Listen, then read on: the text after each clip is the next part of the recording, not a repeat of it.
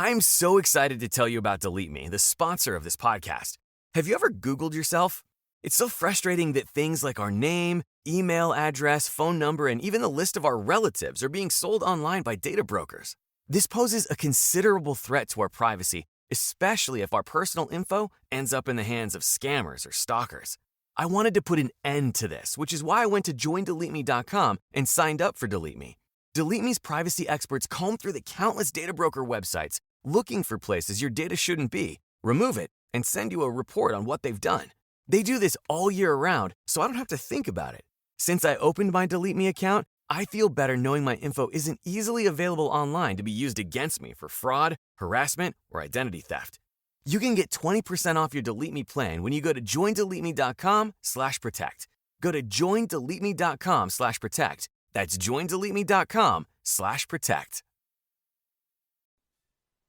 This is VSiN, the sports betting network.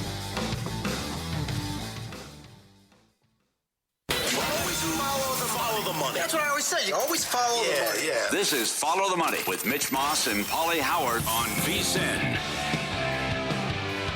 Here we go. It is Follow the Money on VSiN, the sports betting network. Mitch Moss, Paulie Howard with you live in downtown Las Vegas from the Circa Resort and Casino. We have a hell of a program lined up for you today over the next 3 hours.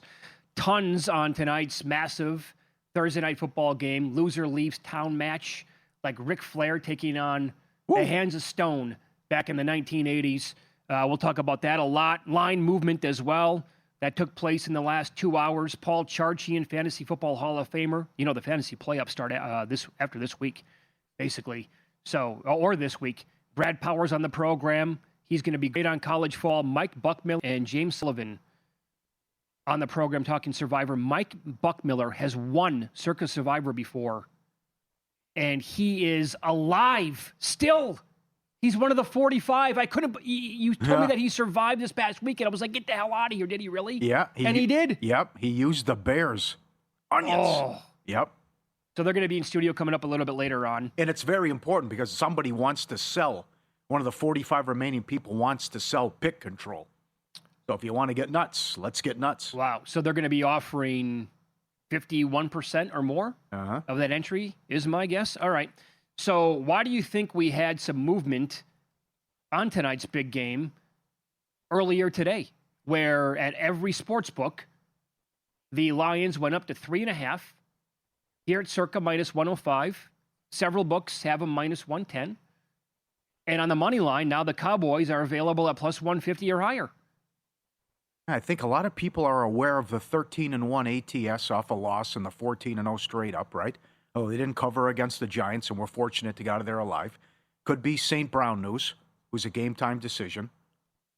Yeah, he seems iffy. I can tell you, though, other than our crazy friend Richie Sidorowicz, he's the only guy who likes Detroit. I mean, Dallas is very popular here as well. Number one, I think they're the better team. Number two, the Lions are in a tough spot with all these injuries, and Dallas is hot. How do you get in front of this freight train right now, the way they're cooking, and how they fix the defense and the offense is so good? If you couldn't stop Winston, and he's making it rain out there, how are you going to slow down this Dallas offense, right? To me, you have too many injuries, and you're banged up on the O-line. You're down 2 tight ends. You could be down St. Brown. You're throwing to guys like Tom Kennedy and Taslaw, right? You're not going to have success on the ground. It could be Goff under pressure. So here's the deal, it's awesome. It's a playoff game. Yep. But the numbers. If Detroit loses, you're down to like 20% to make the playoffs. If Dallas loses, it's under 7%.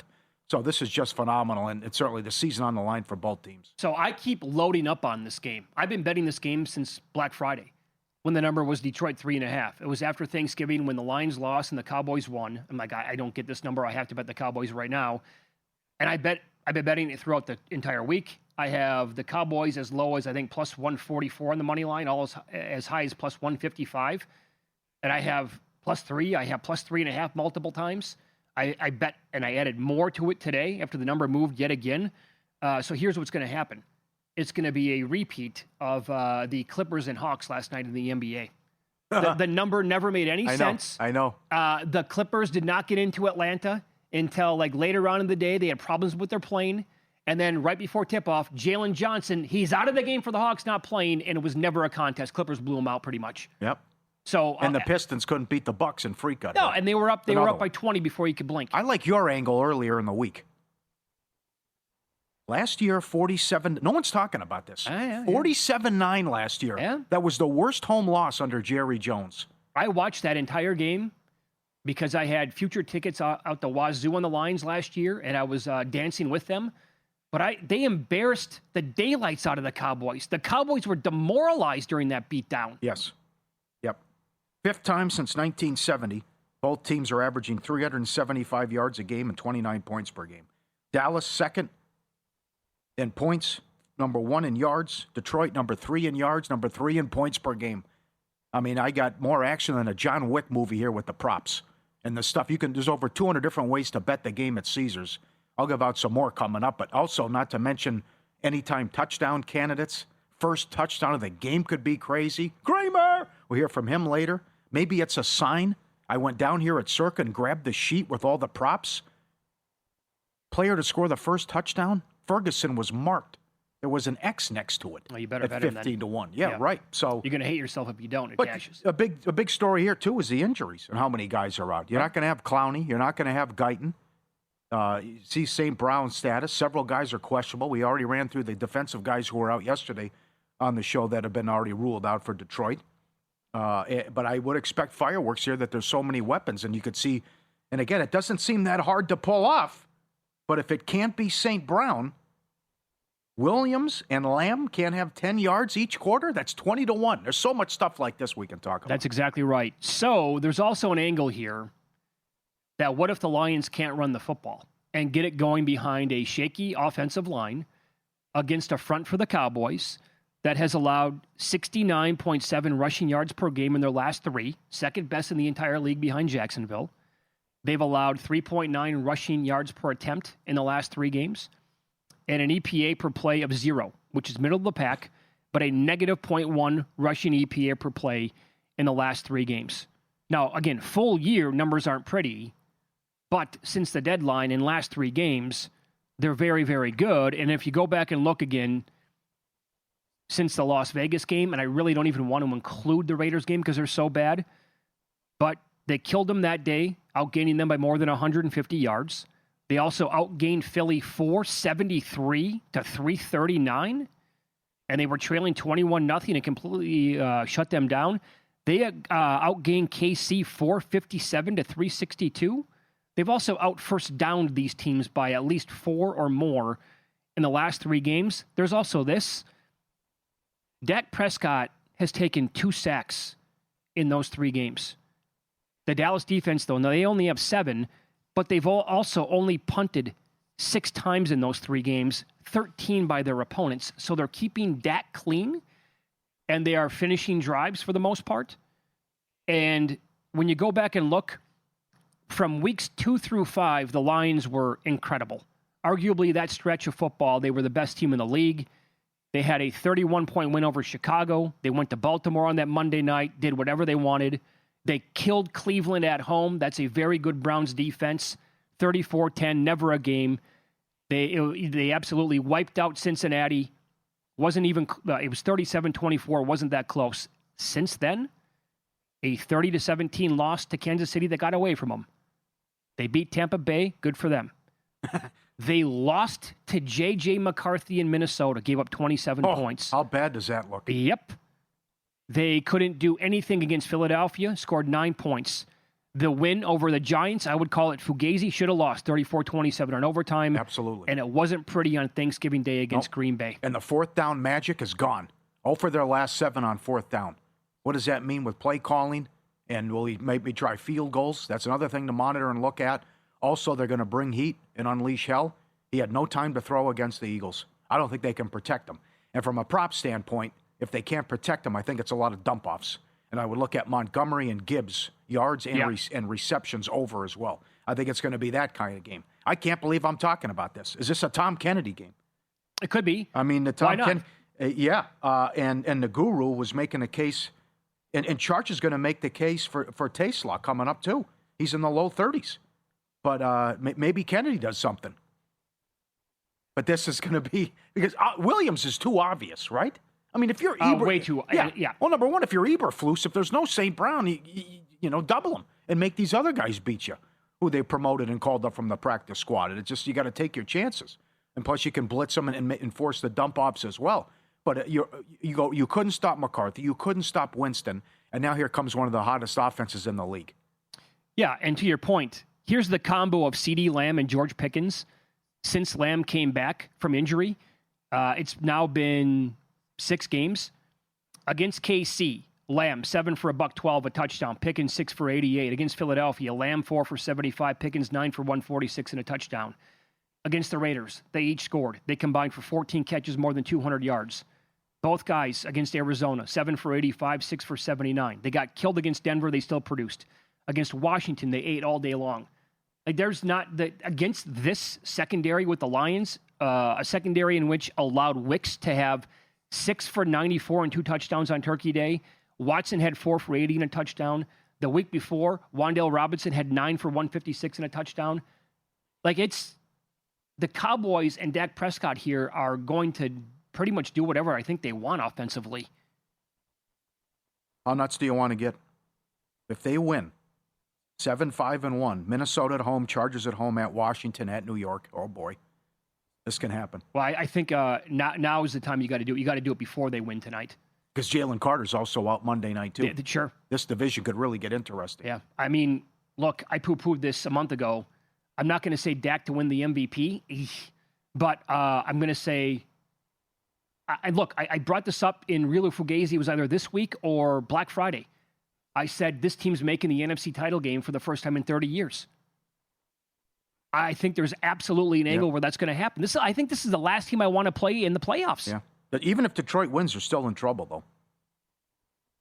Because you got swept by the Packers, and you have to go to Los Angeles, at Minnesota, and at Chicago. Mm-hmm. You should be able to handle Pittsburgh at home. But then again, maybe not. If you couldn't slow down the Giants and were fortunate to win that game. I will say this about Jameson Williams. His prop was 88.5 earlier in the week. That bad boy's down to 80-ish right now. 80.5 is a low. I see a 79.5 out there. Dak has moved big time, too, with the passing yards. Yep. Win, lose up next, and you really want to get nuts. Someone here at VSiN thinks there's a player tonight worth a look at a huge number for an award. You'll hear the explanation why coming up next.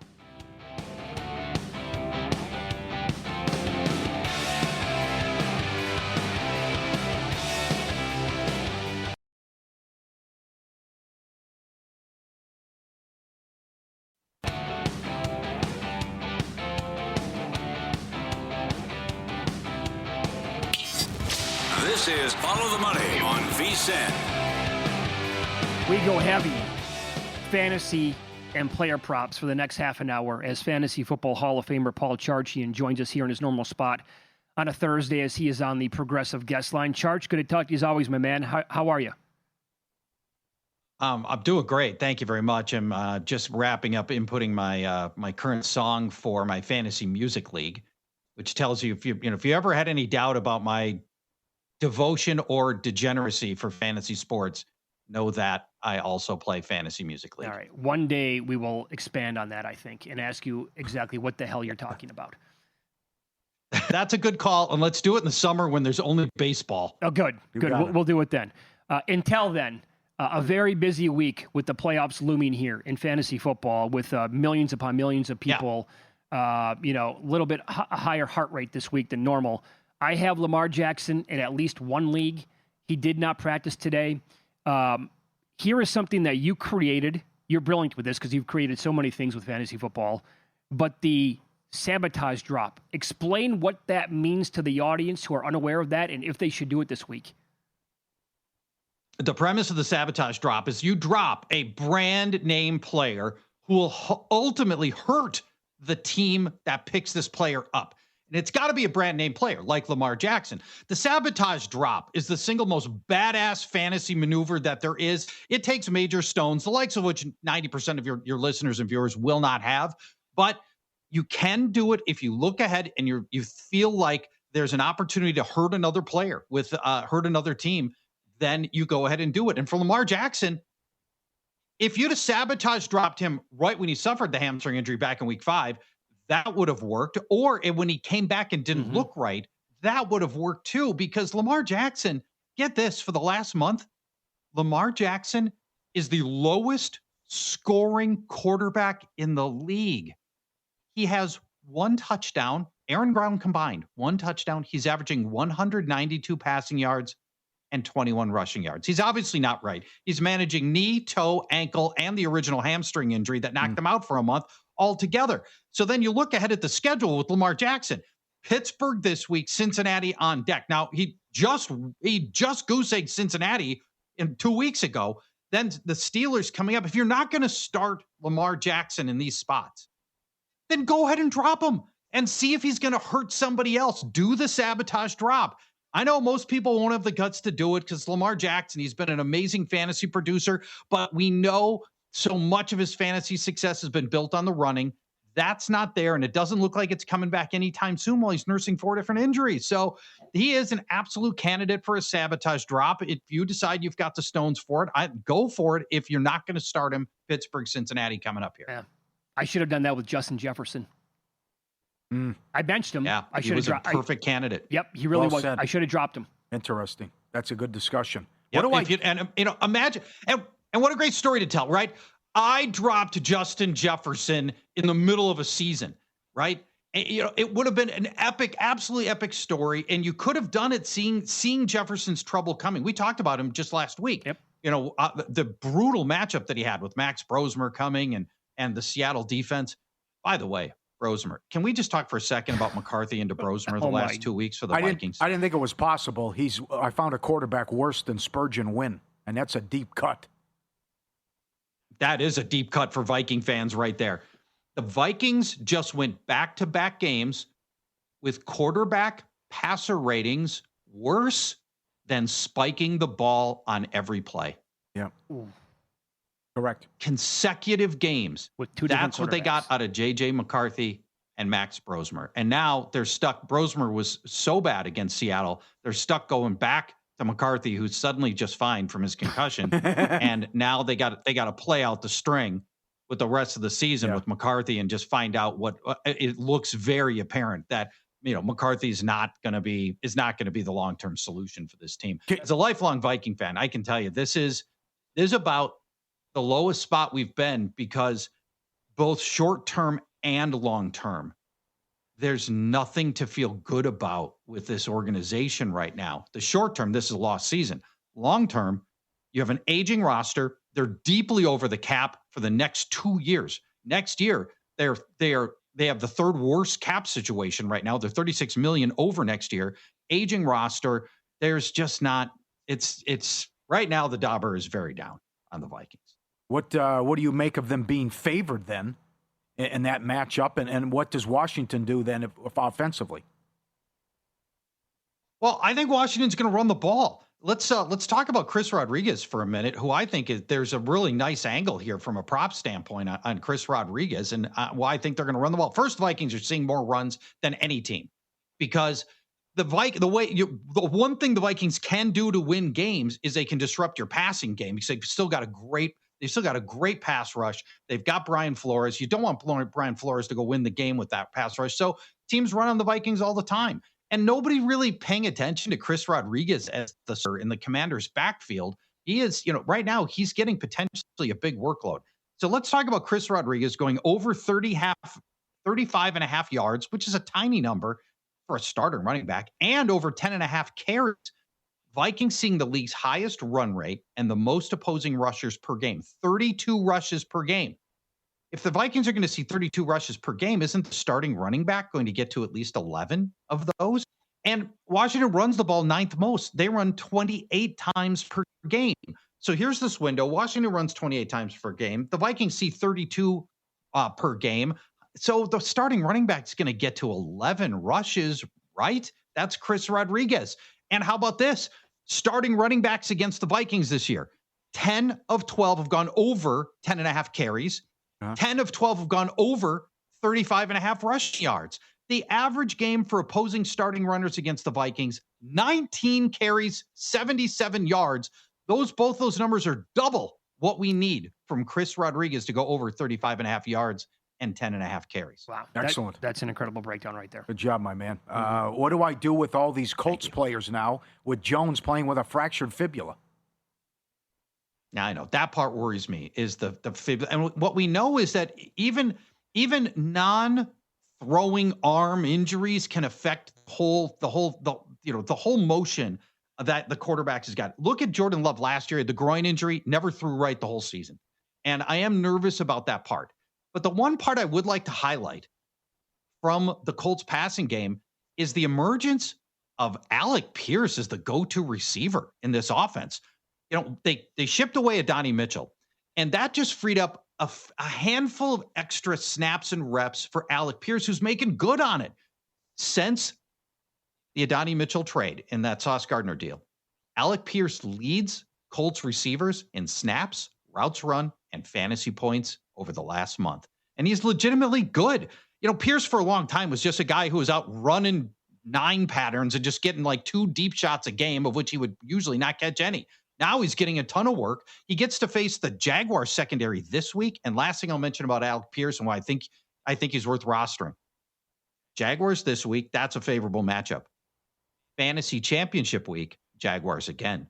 So nice opportunity both this week to get you into the playoffs for next week, and then potentially Alec Pierce to help win your league. Very in 4 good. weeks. One more player here. You're going to hang around for another segment. We'll get into tonight's game, big time, hardcore breakdown with player props that you're like, including one that plus 850, which I can't wait to hear the breakdown of, coming up with Paul Charchian.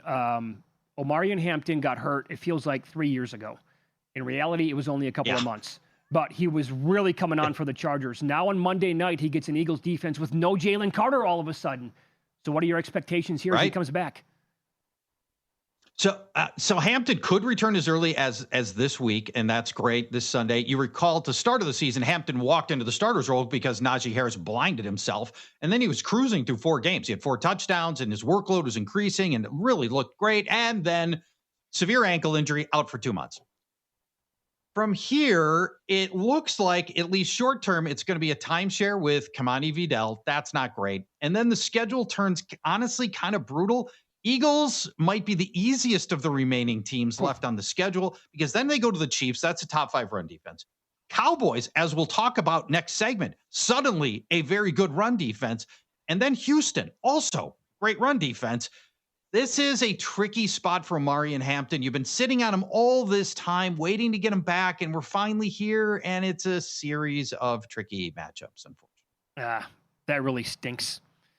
Never like to have that happen to a rookie, first of all, and then he comes back, and you're like, sorry, guys, you probably don't want to start him anyway because the schedule is so difficult. So exactly. Yeah. All right. It's Follow the Money here on VSiN, the Sports Betting Network. We don't have time to get into this right now, but I will. This might be a little Captain Obvious checking in. I'm a little worried as somebody who has Jalen Waddle in at least one of my big leagues, because I think there's a path here where Achane is going to go absolutely crazy over the final 5 games of the year and win leagues by himself. Yep.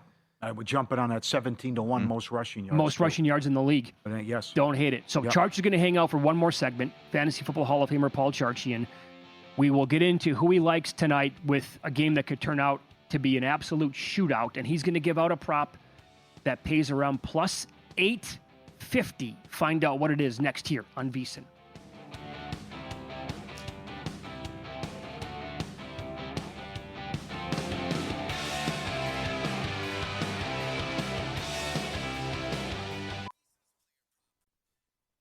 This is VSiN, the Sports Betting Network.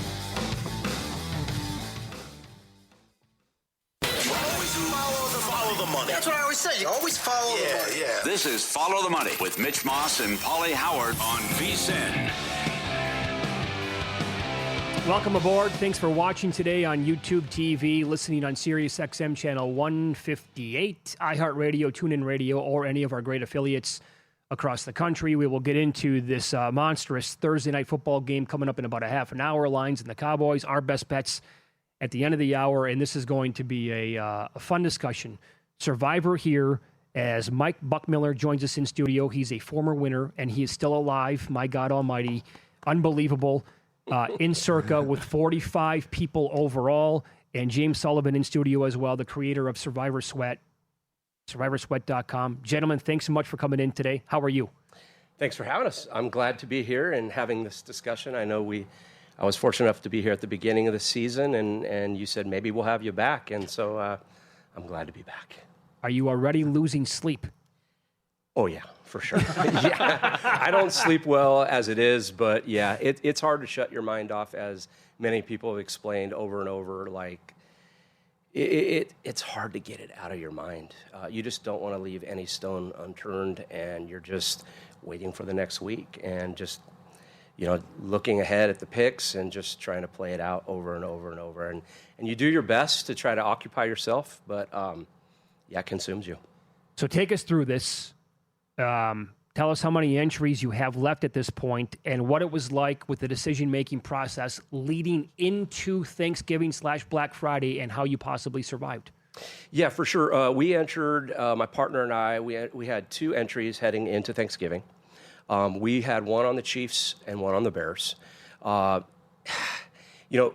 Heading into the week, we did our podcast on Wednesday. Walking in, my partner says, we're probably going to have to take the Bears. And I looked at him and just shook my head because, I kind of knew he was right, but we usually don't come to a decision at that point. We don't speak before Wednesday regarding the contest. We let it organically play out on our podcast.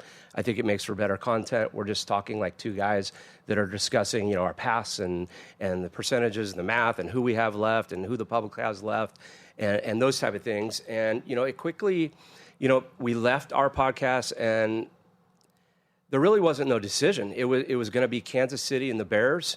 And, we thought if we took those teams, it gave us a 61% chance to move on.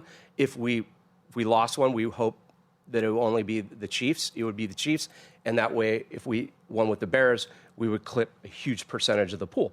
Because we're playing this thing to win. And, when you look at the math, and I've seen a few people break it down very beautifully online, based on the win percentage and the point spread, if 47% of the public was going to be on the Chiefs, we were just supposed to take the Bears.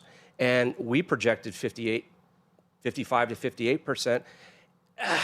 I think we discussed for a little bit, and I literally said this on the phone with my partner, and I said, listen, if we don't take the Bears here, we just need to quit playing Survivor. There's no reason to play because this is just a game theory play. We're not going to move on with, 500 and some odd people left. The math on winning a contest like that, it's just not going to happen. So it really wasn't that hard of a decision. I mean, we just have to push that button.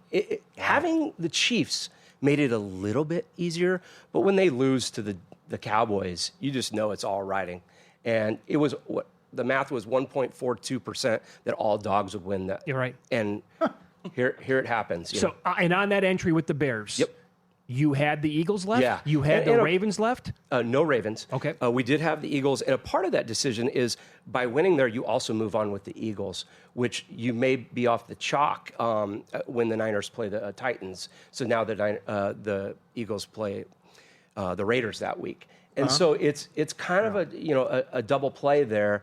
But now the people that got through Chicago probably do have the Eagles as well. Yeah. And so, when you're betting these games, it's a whole different story.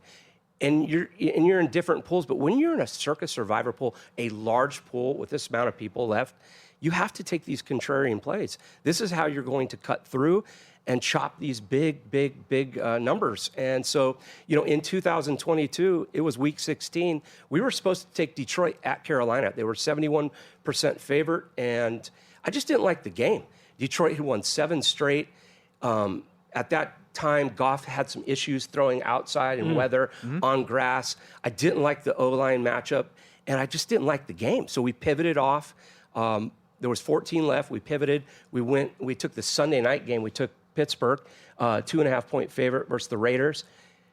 Sure enough, 10 went down with the Lions, as I think there were 7-point favorites and maybe 5.5-point favorites. And they go down, we clip 10, and we're down to 4 like that. Are you superstitious? Do you think it's meant to be because it's the exact same name now? Gen 4? You know, it's interesting because my wife goes, "Are you superstitious?"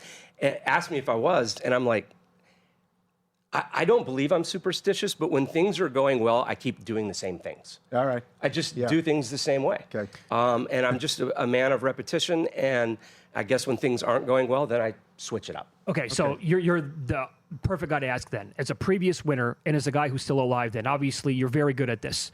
We're talking to Mike Buckmiller, and also James Sullivan is in studio with us right now. If you lost on that ticket, that means that you go down with your final two on the Chiefs and the Bears. Yeah.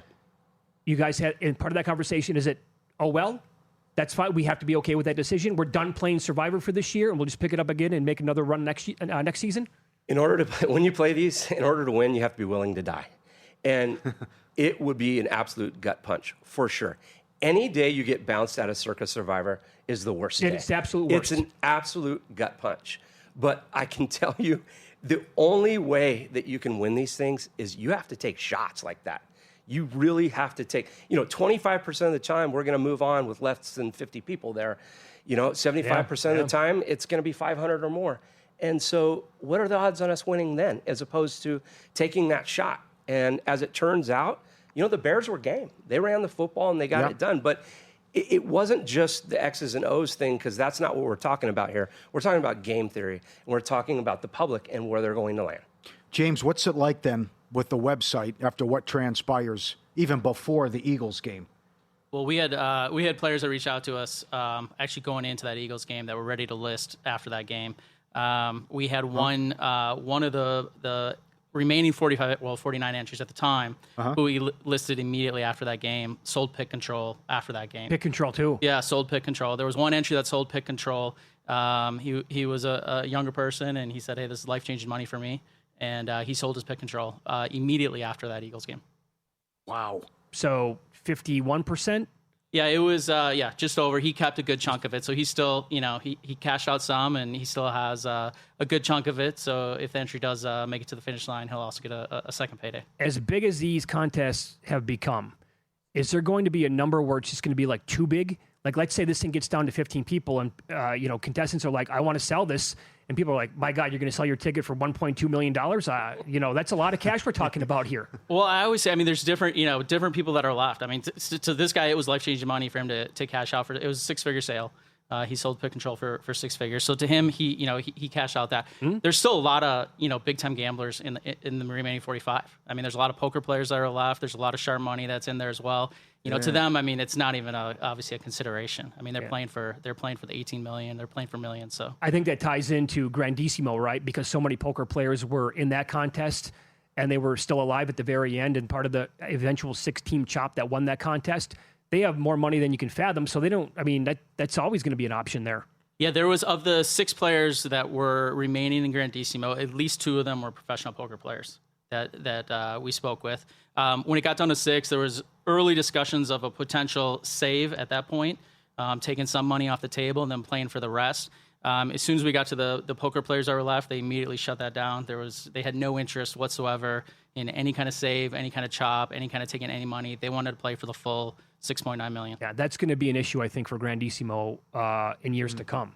Trying to find that eventual chop, because poker players are going to be involved probably every single year. Well, yeah, and they bought in for $100,000. So having them take $1 million off the table. Don't get me wrong, it's a lot of money, but like I say, they're playing for the 6.9. There was that the save discussions at that point were over really quickly. They just didn't make any traction. There's a few entries that were interested, but the poker players are not interested at all. Yeah. And well, how about the scenario where we're looking at 3 left? But there was not going to be a chop with 3 people for $7 million. Yeah, of the 3, a couple of them were the poker players. So it wasn't going to happen. Even if it would have got down to 3, a chop would not have. I'm convinced a chop would not have happened at 3, and I think it would have played to that. I think they would have played for $6.9 million. Down to 1 winner. Down to 1 winner. Yeah. Yep, absolutely. Yeah. And your website again, for those who don't know, SurvivorSweat.com, where you can buy and sell pieces of these contests, and that's, I guess, back to my point of the poker players. Like when the price becomes this big, they're going to be like, yeah, I want in because I'm out, and so I want to buy this piece, and this person's asking for $127,000. That's fine. I got that on my couch right now. There's one entry actually on the site right now that is selling Pick Control. So you could, in essence, you're buying into a contest with 45 people left. It's I think just under 200,000. Someone's selling it for under EV. They're selling 50% and pick control for under the implied value of the entry. So yeah, if you want to get in right now, 45 left. I mean, there's a share there for you. I wonder if somebody out there that wants to get back in with that kind of money, though, they would look at it and say, "I'll give you 51%. I don't need pick control. I trust you. You've gotten this far so far. So why would you not? I mean, let's go. Let's ride this thing together." Yeah, I mean, there's guys that ask like whether they can collaborate on picks and things like that. There's discussions of that, but honestly, anyone coming in spending that kind of money, they want control. I mean, these are control freaks. I mean, they want to control their own destiny with their money. Yeah, think about this. So people were willing to put $100K up, 6.9 million. Why not 200K up for triple the money? Yeah, right. With less people. You just have to think about that. Good point. Good point. It's Follow the Money here on VSiN, the Sports Betting Network. Right now, our guest in studio, Mike Buckmiller, former Circa Survivor winner, still alive, one of the final 45, and James Sullivan, who created SurvivorSweat.com. Well, here's the thing. I want to ask now about the strategy moving forward with Mike's entry, now that each ticket is worth around $400,000. That's coming up next year on VSiN.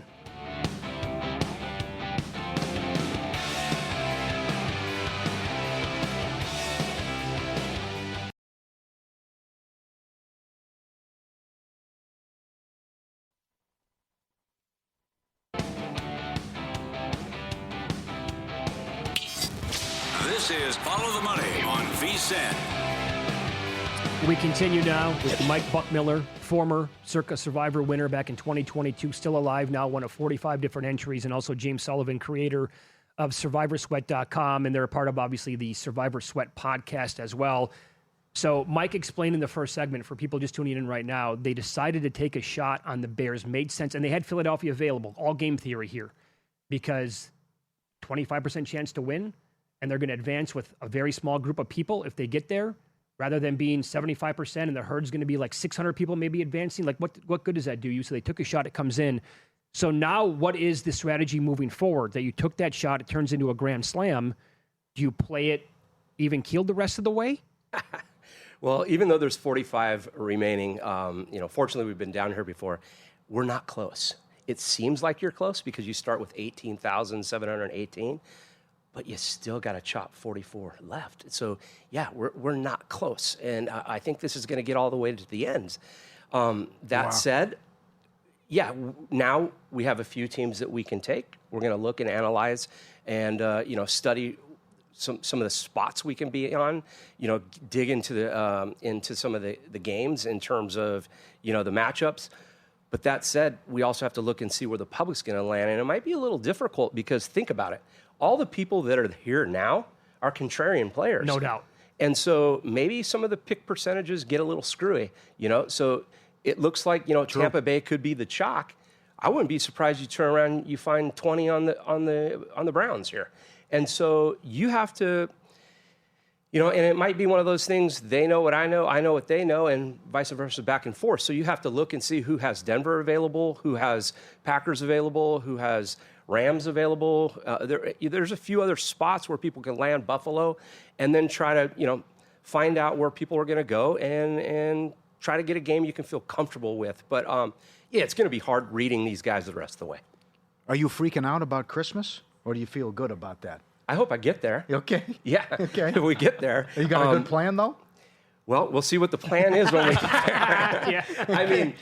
I mean, you got 4 people that have the Lions available. 3 have Denver, which I think a couple will be spent this week. So you might have somebody down there with 1 with Denver. You have 12 with the Chiefs. We'll see how many get there. People might be forced to play Washington. Washington might be the play. Well, they might be forced to do it, too. Maybe even the Vikings. I don't. Oh, my God. How crazy would that be? How crazy would that? There's a handful of entries that only have Washington and the Vikings. Oh, really? Yeah. That's it. That's all they have for Christmas is Washington. There's a handful. There's more than one. Yeah. Okay, excellent, excellent. John Accorsi is on the show tomorrow. You mentioned the 1.4% earlier. What did you think of his strategy just to play all the dogs? Yeah, I'm not that crazy, I'll tell you that. I had options. Yeah. And so I want as many options as I can get in those weeks where everybody has to be on certain games, and then I let that play out. I want to be able to have those options.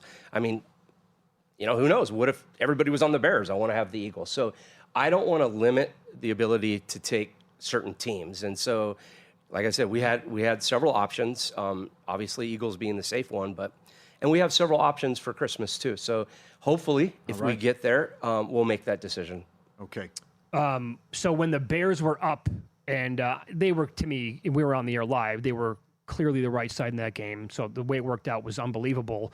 But once they get out to that lead, to protect your last entry here in Survivor, were you guys betting the Eagles in play? Yeah, we looked early. The books weren't giving it up until, I would think, halfway through the third quarter. That's when it flipped, and Philadelphia became dogs, and we started taking little pieces on the way and betting back. But again, that's part of our mechanics. You have to. In a normal game. Add the Survivor entry, it's a lot more. And so, yeah, we were happy to lose those bets. No doubt about that. Yep. James, can you take us through what's on the website, how it works, and how everything is negotiable? Yeah, so everyone has their own entry. They have 100% of their entry. You can sell at any time, anywhere between 1% up to 99% of your entry at any time. So people are buying and selling shares of these entries throughout, starting in week 1. There's been, an active marketplace even before the season. But, going into this week, obviously people are selling much smaller shares because the entries are worth so much money. They're worth over, the implied value of the entry is over $400,000. So you can go on the website. You can, if you want to, buy back in, or if you want to get a piece of a sweat, you could buy, as little as 1% of an entry. There are, you mentioned John, actually, he's the one with 4 entry. He has a listing for his 4-pack where you can buy a piece of all 4 of his entries. There's 45 left. He has 4 of them. You could buy a piece of all 4 of them. So yeah, it gives people with the entries a opportunity to monetize their entries, and then it gives those that are not in the contest a chance to buy a piece and sweat along. And you can come in right now, and with one is offering pick control? There's one entry in the marketplace right now, yes, of the 45, where you could come in, you could buy pick control. So you could take over an entry right now with 45 people left playing for $18 million. You could buy and take over an entry right now. Damn. That's incredible. Paul, I knew you were going to ask the question about flipping again. Yes. Can you tell the Vodka Johnny story, and also how many times I sell this, and then I buy it, and then I sell it, and then the resell, and how that works, and how many different owners we've had on various entries? Yeah, so last year the Vodka Johnny entry broke a record for the most owners of one single entry. I think there was 25 to 30 people that owned a piece of that entry. And the reason why is because that entry was sold in week 3 last year, at the end of week 3 going into week 4. So the guy who owned that entry sold the pick control. The person who bought that entry, he had sold 50%, so they each own half. And then throughout the season, they each were selling shares of their 50%. So by the time it got all the way to the end, that entry was one of the winning entries. They had each sold so many shares of their entries that there was, I think it was like 26 people that was at the window collecting. And Jeff Benson had told me at the time this is the record for the most owners of one single entry. That might be tough to beat. Yeah, that's going to be very hard to beat. Yeah. Wasn't there a gentleman from Canada who came in, bought 10, and right away after the carnage in week 3, he's like, I'm done. Let's go. Sell them all. There was, yeah. He came in this year. He brought his wife this year. He bought 20. His wife actually told the story that he bought her a car from the money he made from buying the 10 entries, flipping them after a couple weeks. He obviously didn't have all 10 available, but he had enough available that he recouped his investment, made enough money, apparently bought his wife a car. Good for him. Not bad. Yeah, that's awesome. The website's awesome. It's so easy to use. You see who's available and what's up there in the marketplace. It's excellent. SurvivorSweat.com. Mike, do you think the podcast has helped you? Bouncing stuff off Baker, bouncing stuff off your partner live, as you talked about every Wednesday and Saturday? Oh, I love the Saturday night. Obviously, both of you have made appearances on there, but I love just to hear everybody else's, their game theory, how they go about the contest, how they pick games, and those things. And there's so many ways to go about this. We have our method to madness, if you will, our secret sauce, and it's just great. It's like if you're playing poker, there's many different ways to play a hand, and all can be true. And so it's great to listen to you guys. It's great to have all, and we've had Chris Moneymaker on. We've had Jared Blesnick, well known in the poker community. Yeah. We've had just contest players on that are currently in their Grandissimo entries, and it's great just to absorb everything that, how they go about things and just what it means to them, and it's fun to share the experience with people. Yeah, I agree with that. I love having a partner in Survivor so you can talk about it the entire week. And you also might be missing something. Sure. Like, okay, what am I missing? What am I not seeing with this game? And just to have every possible angle at every matchup possibly on the board that week. Do you, obviously not looking for the team for this week, but do you guys know who you're going to play at this point? We actually don't. No, okay. We have 3 options, and they're all on the table. So obviously by Saturday at 4 o'clock, they better be in. But yeah, we have 3 options, and we honestly do not know where we're going to land. Were you stunned at the 2 no picks? Yes and no. Life thing, I mean, things happen in life, unfortunately. And did I hear this correctly, that somebody didn't know they were supposed to make a pick? That's correct, yeah. I mean, there's just so much content out there, and I find that hard to believe. And I mean, yes, there's fine print. You got to read the rules. Yeah, if you're going to enter these contests, and I know I think about it all the time. You guys think about it all the time. That person, I'm like, how do you not, like, every show that you listen to, all they talk about is Thanksgiving, Christmas, these special weeks, playing this contest backwards, and just to flat out not know, man, that's a tough one. It happens every year. I can tell you that. It happens. As a proxy, I had a client years ago going into Christmas. He made it all the way to Christmas. He was one of the final, whatever it was that year, let's say 30. And he, the week before Christmas, was going to burn the Chiefs. And I had to call him and say, you know, it's your card, play it how you want, but do you know you need to play a game for Christmas? He did not know. And So that he, was he knew Thanksgiving, but not Christmas. right. He did not know that he had to play Christmas. And I had to call him. So it happens. I've seen it happen. It happens every year where there's people in the contest, even deep in where entries are worth that much. They don't know. 30 seconds. Where do you think it goes from here? Grandissimo and Circa Survivor. What do you expect next year? Oh, wow. I mean, I had come on last year. I had said 20 million. It felt just a little short of that. Right, yeah. 25 million for sure. Yeah. I think it could approach 30 million. Wow. Absolutely. Mike, same number? Yeah, oh yeah, this thing is just going to skyrocket. Yeah. Just the reach, it's unbelievable. And the more people we've discussed, all the podcasts, you guys, everybody, Circa, this thing's going to blow out the Good water. luck, man. Take it down again this year. Mike Buckmiller, James Sullivan. Thanks, guys. More on the Thursday night game next year on VSiN.